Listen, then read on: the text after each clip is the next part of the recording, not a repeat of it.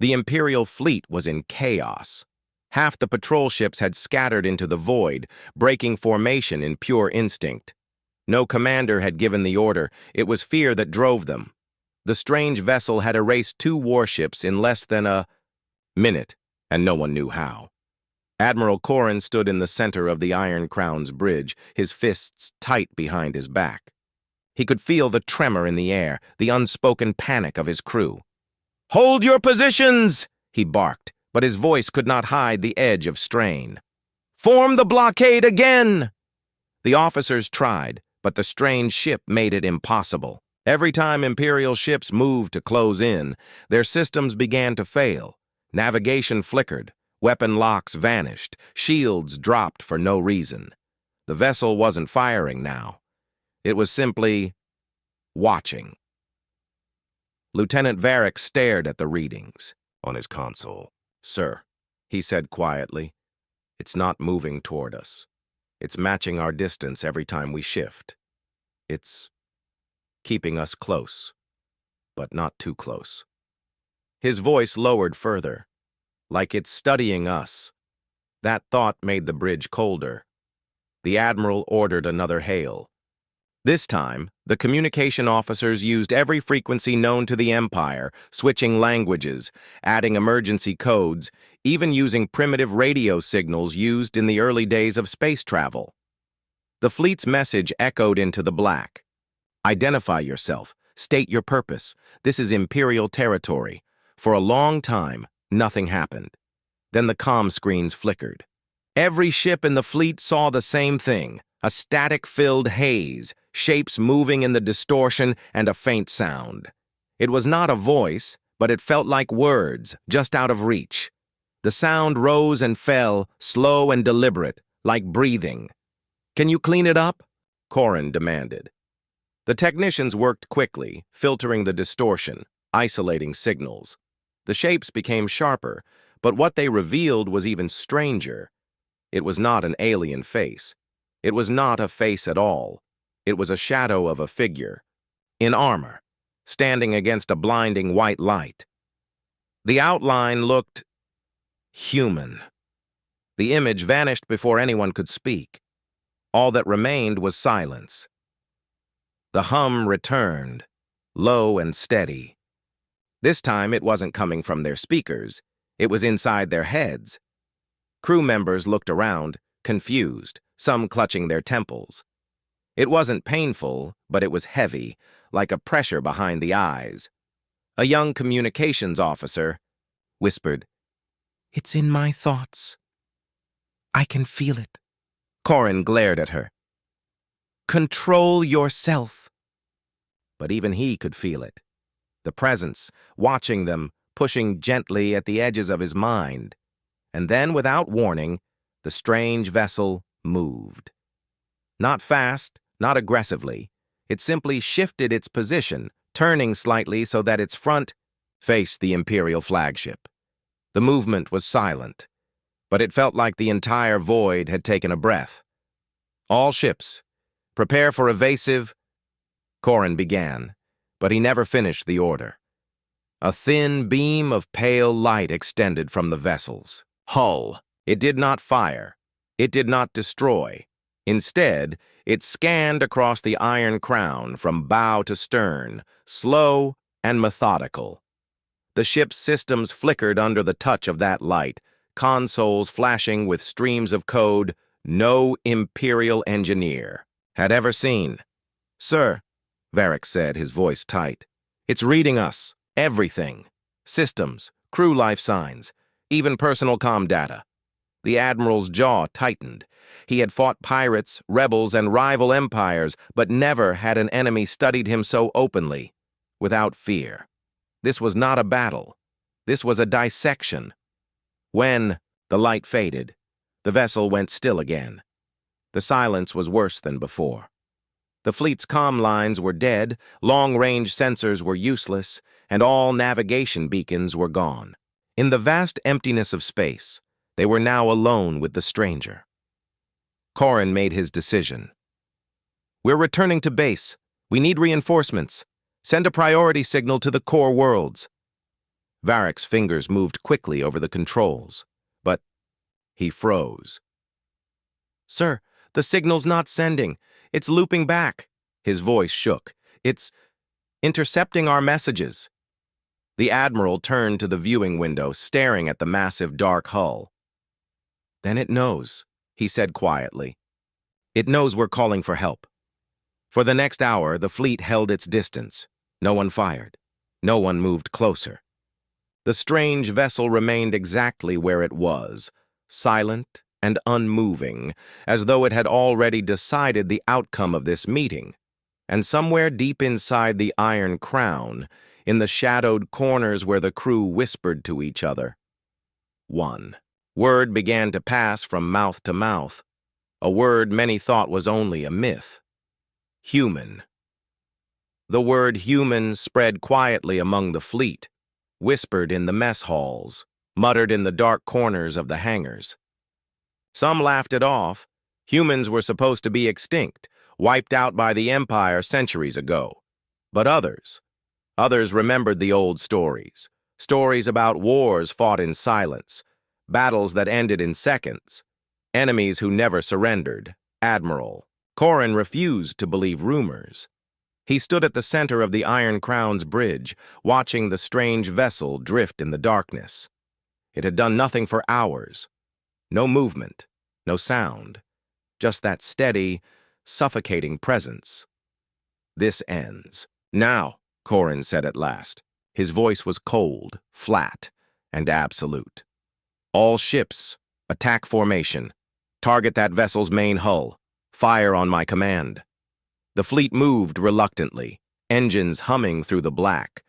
Destroyers slid into position. Heavy cruisers charged. Their weapons. Fighters swarmed ahead like insects circling the target. It was a show of strength, the kind of intimidation the Empire had used to crush countless enemies. The strange vessel did not react. "Lock weapons," Corrin ordered. The bridge filled with the sound of targeting systems locking into place, power levels rising.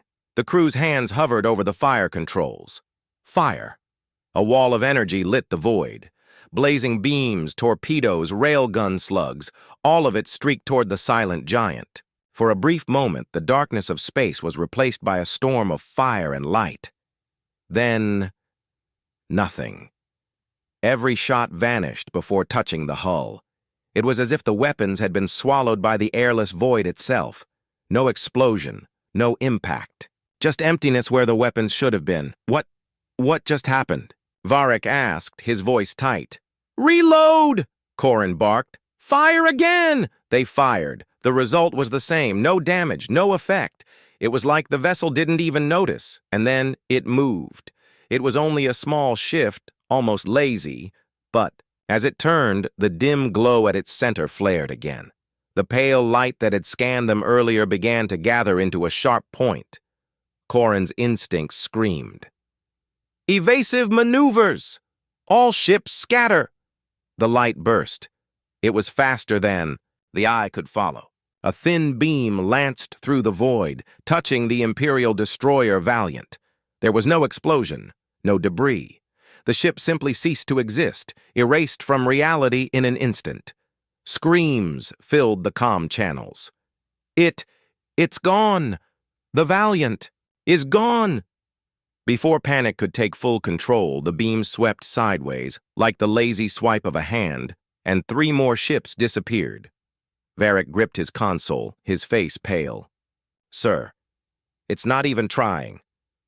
The hum returned, louder now, vibrating through the ship's metal bones.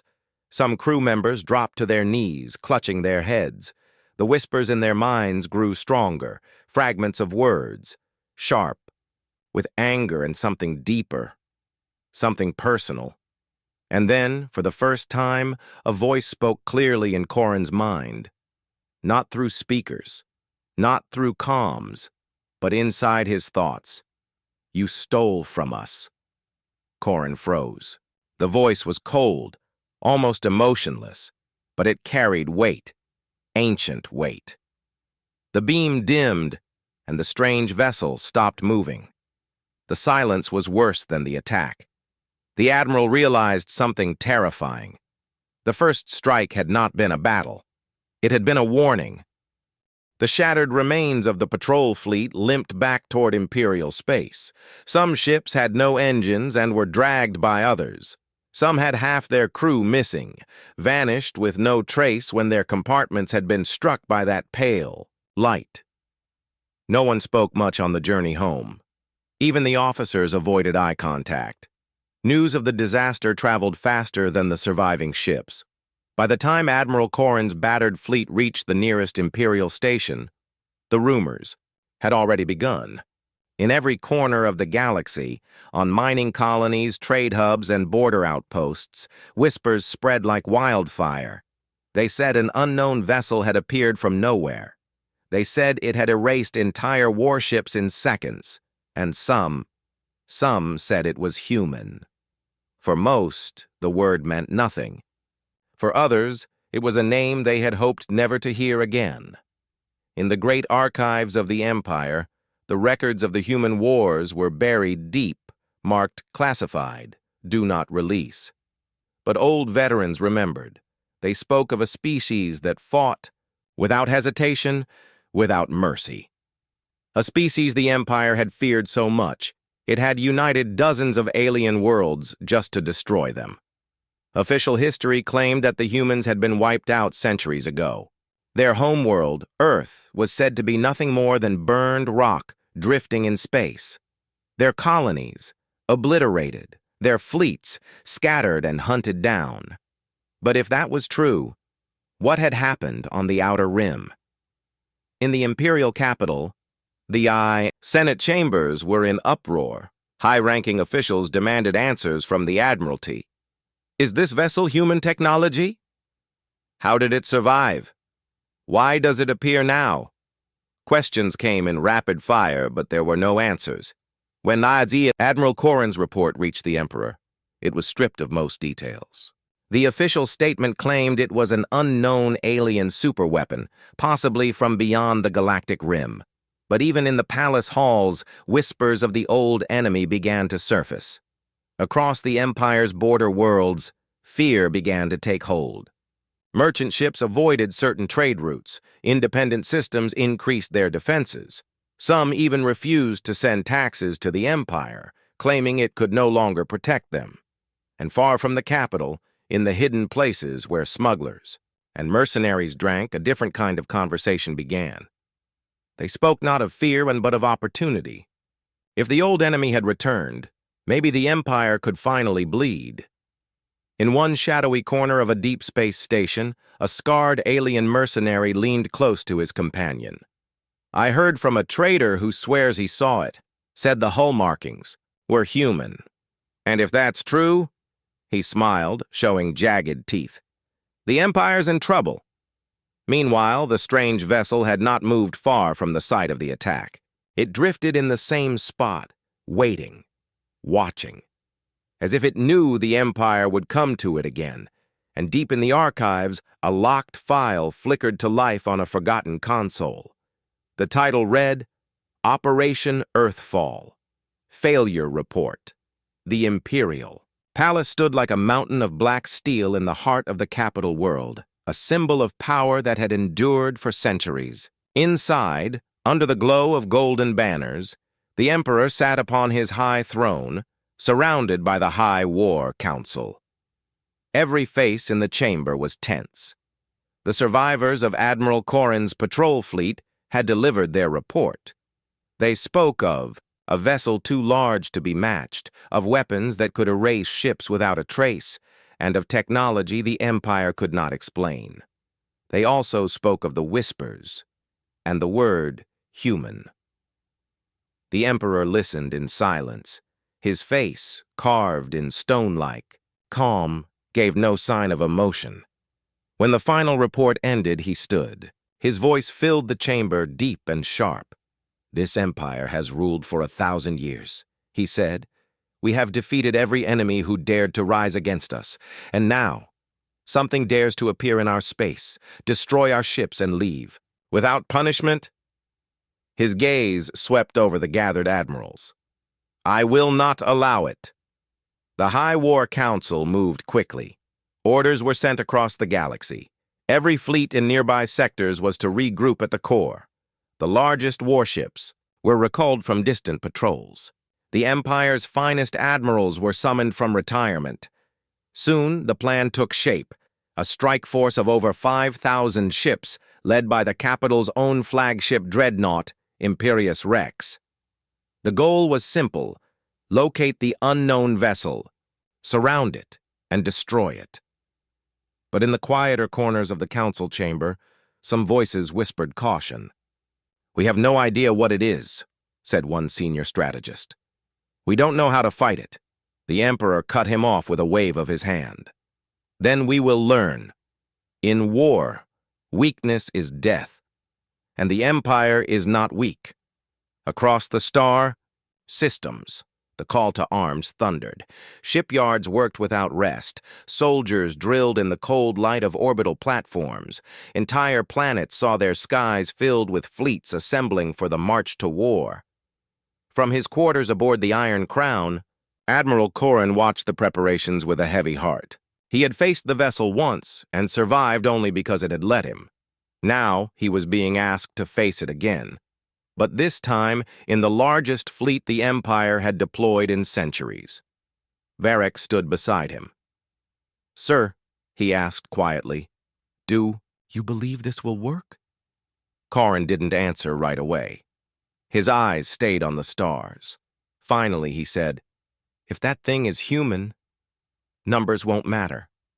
But orders were orders. The fleet would sail. In the darkness beyond Imperial space, the strange vessel waited, its hull still and silent. As the fleets gathered, it made no move to flee. Instead, it remained in the same lonely position, like a predator patiently watching. The prey come closer. The Imperial Armada stretched across the stars like a wall of steel. Thousands of ships, dreadnoughts, cruisers, carriers, and swarms of fighters moved in perfect formation. Their engines glowed like small suns in the darkness. To any observer, it was an unstoppable force, the might of the Empire gathered for a single purpose: the destruction of one ship. At the heart of the formation sailed the Imperious Rex, the largest warship ever built, its hull bristling with weaponry. Inside, the Emperor himself sat in a secure command chamber, watching the fleet's progress through massive holo displays. Around him, admirals and generals issued orders, confident that this mission would end quickly. Admiral Corrin stood at the front of the Iron Crown's bridge, his eyes locked on the distant shadow in the void. The strange vessel had not moved since the first encounter. It floated in the darkness, massive and silent, as if waiting for them to arrive. Range 2. "Target?" Corrin asked. 2 million kilometers and closing, Varric replied. No sign of movement. The comm channels buzzed with orders as the Armada began to spread out, surrounding the vessel from every angle. Fighters darted ahead like sharp-toothed fish, forming tight patrol nets. Capital ships took position in overlapping firing arcs. It was a textbook encirclement, and that was when Corrin felt it, that same pressure in his chest he had felt before. The same low hum, faint at first, then growing stronger. On the Imperious Rex, the Emperor leaned forward. "Why isn't it moving?" he asked. "It's either broken," one admiral said confidently, "or it knows it cannot escape." But Corrin knew better. He turned to Varric. "Signal the Iron Crown's escorts to hold position. Don't close the gap." Before Varric could respond, the hum spiked. Every ship in the fleet reported the same strange interference. Sensors flickered. Comms stuttered. And then, without warning, the space around the vessel began to bend. It was not a visual trick. The stars themselves seemed to warp, twisting like reflections on rippling water. Ship formations shifted out of place, as if invisible currents were pulling them apart. "Gravitational distortion," someone shouted. But it wasn't just gravity. Ships found themselves drifting without control, sliding into new positions. Squadrons broke apart. Defensive screens were torn open. The perfect encirclement dissolved into chaos in seconds. The strange vessel moved for the first time.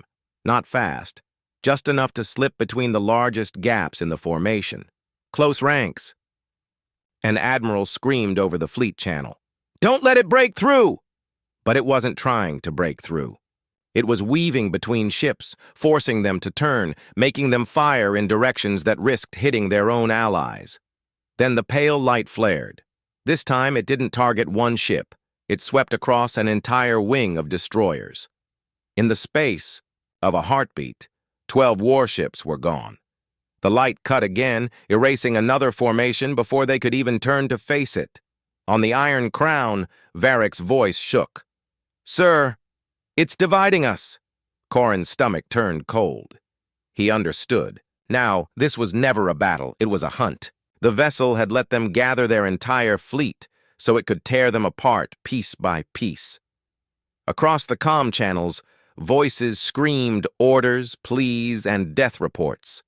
The largest armada in Imperial history was collapsing in less than 5 minutes. The Emperor's voice cut through the chaos. "All ships, concentrate fire!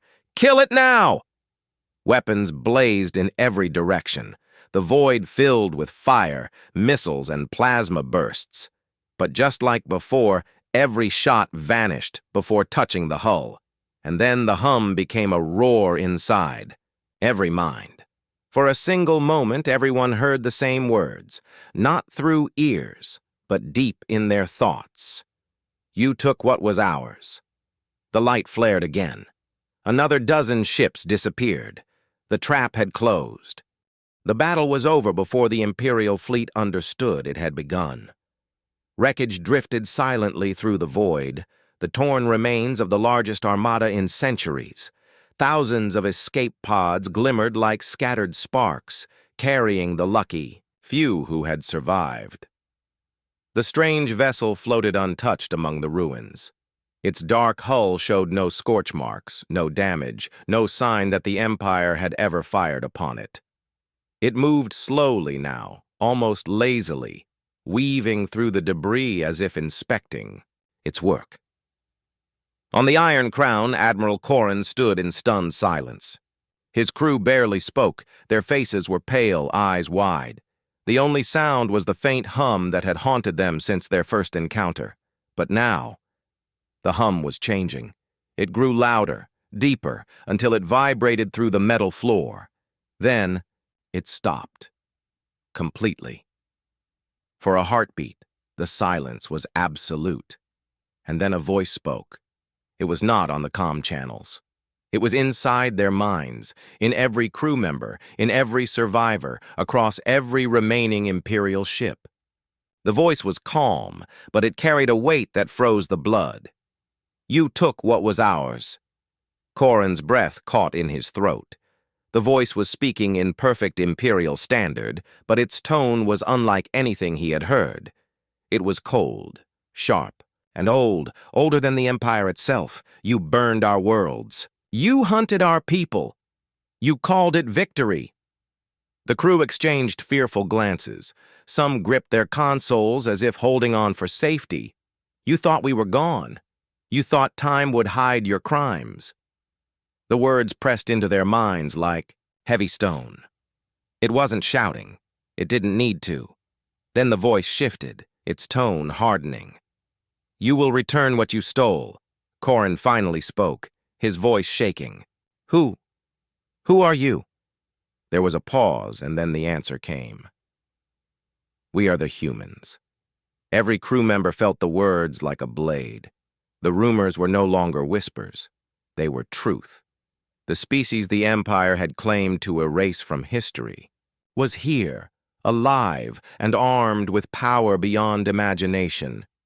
"This is your only mercy," the voice continued. "Surrender your fleets, surrender your worlds. Do so, and we will let some of you live." The hum returned, soft at first, then fading completely, as the strange vessel turned away. It made no attempt to chase the surviving ships. It didn't have to. The message had been delivered. Admiral Corrin watched it vanish into the black. He knew the Empire would never surrender, but he also knew this was only the beginning, and the next time they met, there would be no mercy at all. The galaxy had not seen such chaos in living memory. Word of the defeat spread faster than the wreckage could be cleared. Entire systems began questioning Imperial rule. Some border colonies stopped sending tribute ships. Others quietly fortified their defenses, preparing for a war they no longer believed the Empire could win. But in the capital, the Emperor refused to show weakness. From the grand balcony of the palace, his voice was broadcast to every world under. "Imperial control. The enemy believes they can frighten us," he declared. "They believe they can destroy a few ships and make us kneel. They are wrong. We are the Empire. We do not bow. We do not surrender." In private, however, the Emperor's fury was barely contained. The destruction of the Armada was the largest military loss in the Empire's history, and it had happened without even damaging the enemy. But instead of retreating into caution, the Emperor ordered something unprecedented: total mobilization. Every warship in every fleet was called to service. Reserve ships were pulled from planetary defense posts. Shipyards worked without pause, repairing damaged vessels and rushing half-built cruisers into space. Mercenary fleets were hired with promises of wealth and status. Even old, decommissioned battleships were brought back to life, their aging weapons replaced with new experimental systems. On the bridge of the Iron Crown, Admiral Corrin listened to the orders pouring in from command. His crew was busy rearming and repairing after the last battle, but the speed of the preparations told him one thing: the Empire was not planning to defend. They were planning to attack. "Sir," Varric said quietly, "how many ships are they sending this time?" Corrin's jaw tightened. "All of them." Across the galaxy, fleets gathered at rally points. Millions of soldiers, pilots, and engineers stood ready. Entire industrial worlds shifted to full war production. The Emperor's new plan was simple: find the human vessel, surround it, and crush it with overwhelming force. But there was a problem. No one knew where the vessel had gone. Scouts were sent in every direction, searching border systems, asteroid belts, and empty space. Dozens of them disappeared without a trace. In some sectors, strange sensor readings appeared and then vanished, like echoes of something passing close but unseen. Then, without warning, the humans made their move. The strange vessel appeared in the heart of the core worlds, only a few jumps from the Imperial capital. It came alone just as before, one ship against the might of the Empire. On every channel, it broadcast a single message: "This time, we come to you." The Emperor's response was immediate. "All fleets, converge on the capital. Form the defensive ring. Nothing leaves this system alive." As the first Imperial ships closed in on the intruder, Admiral Corrin watched from the Iron Crown's viewing deck. His gut told him the same thing it had during their first meeting. The humans were not here by accident. They had chosen the heart of the Empire because they wanted everyone to see what was coming. The capital world of the Empire was a jewel in the darkness. Towering cities, glittering skylines, and orbital rings stretching like silver crowns around the planet. Billions of citizens lived under its light, never imagining an enemy could reach this far. Now, that illusion was gone. The strange vessel appeared above the planet without warning, sliding out of the void as if it had always been there. No jump flash, no warp signature, nothing for sensors to detect until it was already too late. Every defense system activated at once. Planetary shields flared to life. Orbital gun platforms rotated to track the intruder. Hundreds of warships moved into position, forming a solid wall between the vessel and the world below. On the Imperious Rex, the Emperor himself took command. His voice cut through the comms, cold and unshaken. "All units, fire." The sky lit up. Beams, missiles, plasma bursts, and railgun slugs filled the space around the human ship. The firestorm was so bright that citizens on the planet could see it with the naked eye. When the light faded, the vessel was still there. Not a scratch. Not a dent. It began to move.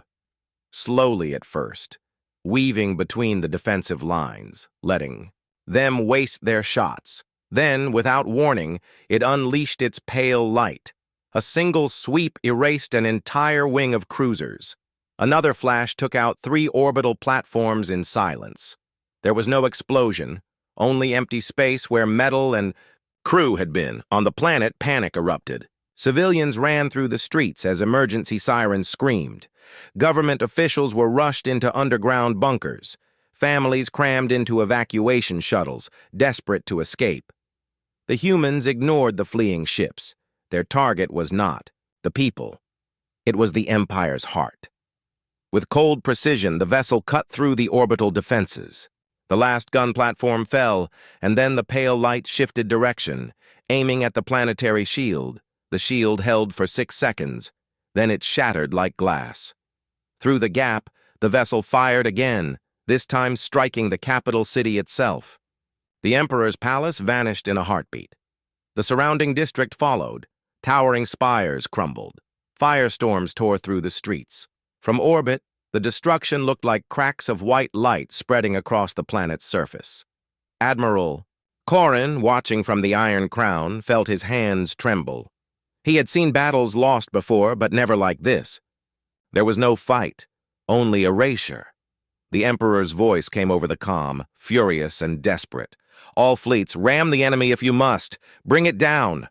Several ships obeyed, engines burning at maximum thrust. None made it within 1,000 kilometers. Each one simply vanished. The human vessel drifted above the burning capital for a long, silent moment, as if studying its work. Then, across every channel, the same calm voice spoke. "One world for every world you took from us." And, with that, the vessel turned and disappeared into the void, leaving the Empire's greatest planet burning behind it. The capital still burned. Smoke choked its skies. Billions of voices cried out across the comm channels, calling for help that would never come. The Emperor's palace was gone, his fleets shattered, his pride torn apart. But the Empire was not dead yet. Across the galaxy, the last surviving warships were recalled. Commanders who had sworn loyalty gathered their forces. Mercenaries who once fought for gold now fought for survival. Even rival governors, long at odds, sent what ships they had. It was not hope that drove them. It was vengeance. On the bridge of the Iron Crown, Admiral Corin stared at the tactical display. Over 2,000 ships were converging on a single point in space, the Harrow Rift. This was where the humans had been seen last, moving deeper into the void. "This is it," Corin said quietly. "Every ship we have left. Every gun. If we fail here, there will be nothing left to protect." The Emperor's voice came over the fleet-wide channel. It was hoarse, but steady. "We fight here. We fight to the last breath. Show them the Empire will not kneel." The fleets moved into position. Battleships formed the heavy wall, cruisers filled the gaps, and swarms of interceptors hung ready to strike. The plan was simple. Trap the human vessel inside the rift, surround it, and pour every weapon into it until nothing remained. Then the void rippled. The strange vessel emerged, its black hull reflecting no light. It came alone, as always. Slowly, it drifted toward the waiting armada. "All ships," the Emperor ordered. "Fire!" The stars themselves seemed to disappear beneath the storm of weapons fire. Explosions lit the rift in blinding flashes. Missiles screamed through space. Beams cut across the darkness. The human vessel was buried under fire so intense that no sensor could see through it. For a moment, the fleet dared to believe. Then the light cleared. The vessel was still there, but this time it moved. Faster than any battleship, it sliced through. The formation, erasing ships in silence. Massive dreadnoughts vanished as if they had never been. Interceptor squadrons broke apart in panic, scattering before the pale light could sweep over them. Corrin's voice cracked as he shouted orders. "Keep firing, don't stop!" But it didn't matter. The vessel was everywhere, appearing ahead of them, behind them, above them, its movements impossible to track. Every volley the fleet fired missed or was swallowed by empty space. One by one, the Imperial ships fell. In the final moments, the Iron Crown took a direct hit. The bridge filled with blinding white light, and Corrin's last thought was not of the Empire, but of the truth he had finally accepted. This was not a war. It was a punishment. When the light faded, the Harrow Rift was silent. No wreckage remained. No survivors. The human vessel stood alone in the emptiness. For a long moment, it waited. Then the calm voice spoke once more, carried through the void to any who might still be listening. Justice is done. With that, the vessel vanished into the black, leaving only legends behind. And in the centuries to come, those who ruled the stars would remember one truth: humans do not forgive. The galaxy had never been so quiet. No war fleets roamed the trade routes. No Imperial patrols demanded tribute. For the first time in living memory, the skies belonged to no one. Worlds that had lived under the Empire's rule for centuries woke to find their governors gone, their orders silent. In some places, people celebrated, pulling down Imperial banners and declaring their freedom. In others, fear took hold. Without the Empire, who would protect them from pirates, raiders, and worse. On the distant mining world of Greller, old men told stories to their grandchildren about the day the sky burned. Farmers in the outer colonies spoke of a pale light that erased warships like shadows. Traders whispered that the humans were not finished, that they would return to judge every world one by one. And on abandoned Imperial stations, the silence was unbearable. Hallways that once echoed with boots and commands now stood dark and empty. Entire fleets had vanished, leaving nothing but cold metal drifting in the void. Admiral Corrin's name became a memory, his fate uncertain.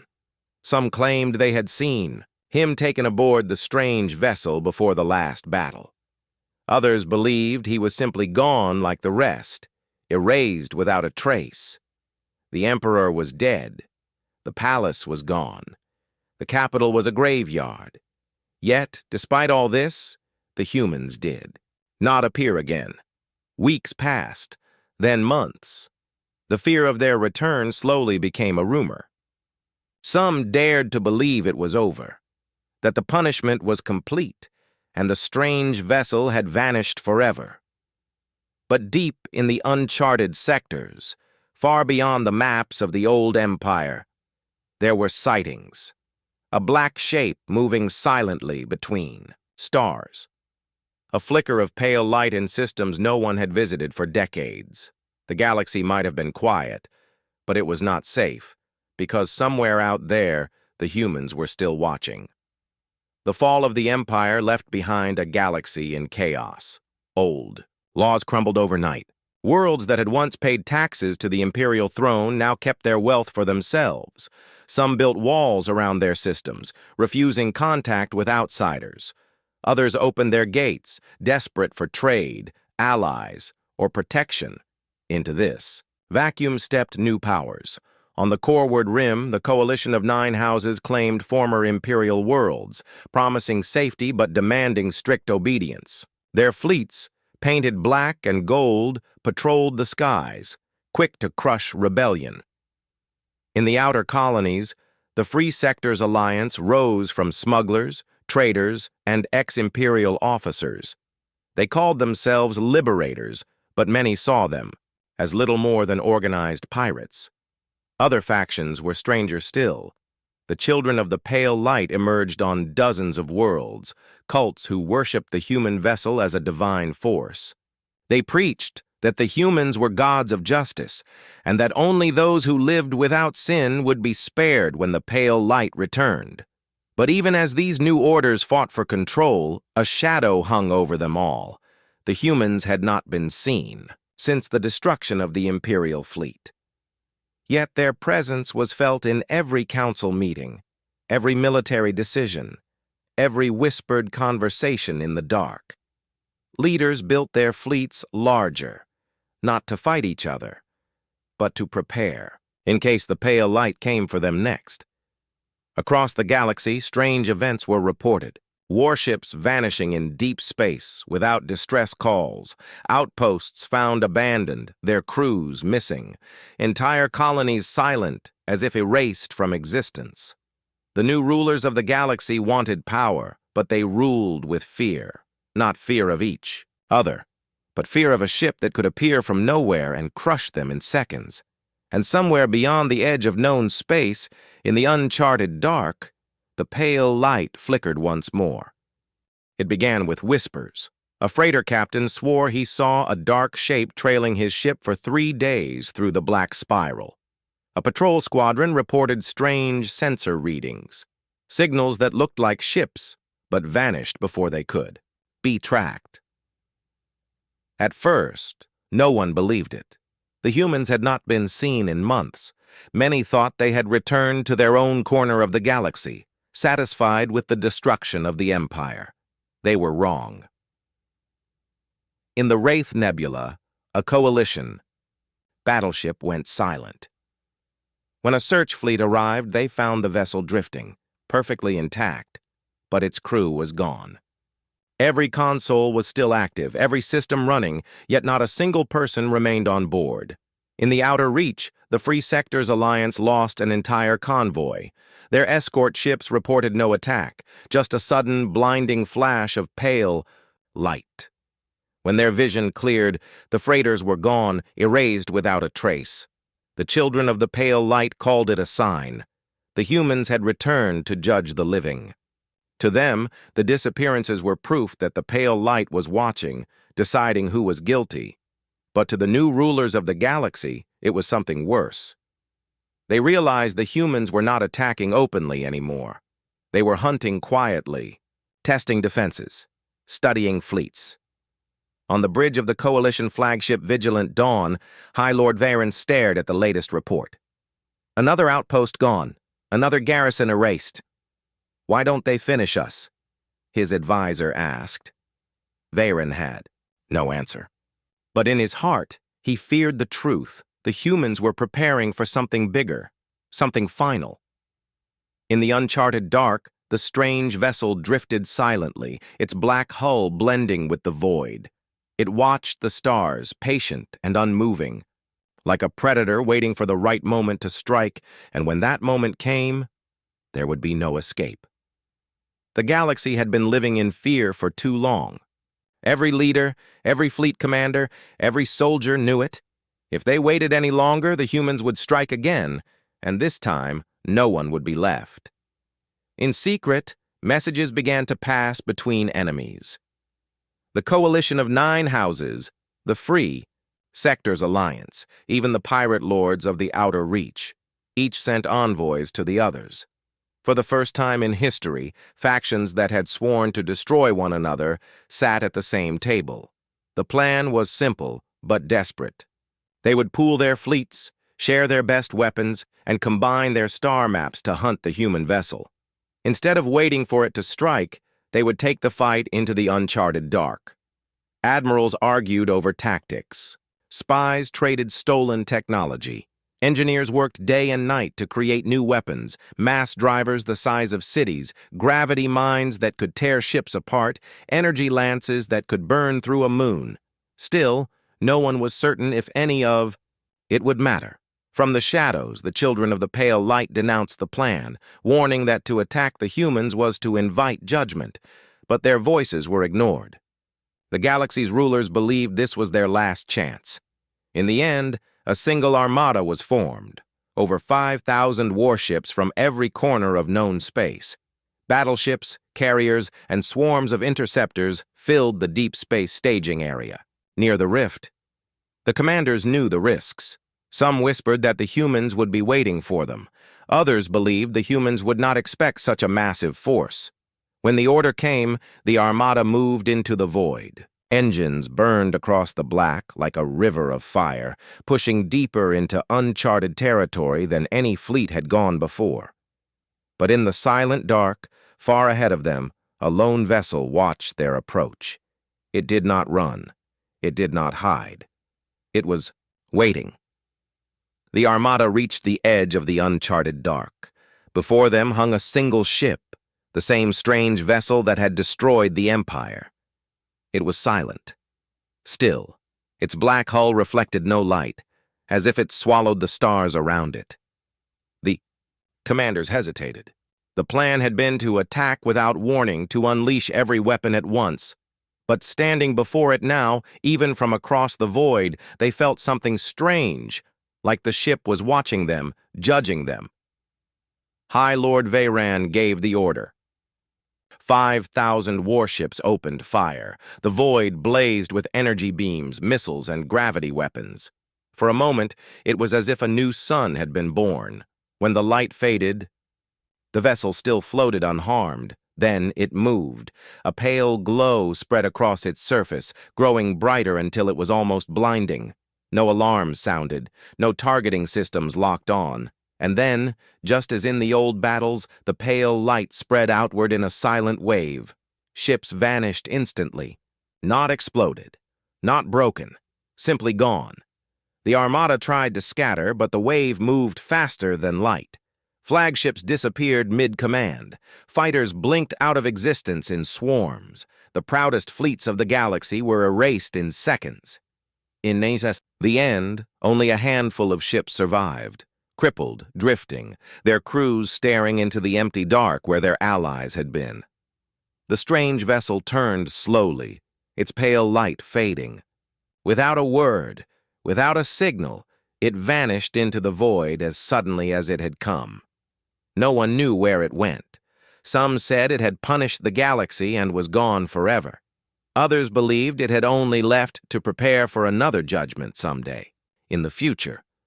But every survivor agreed on one thing. If the pale light ever returned, nothing in the galaxy would be able to stop it.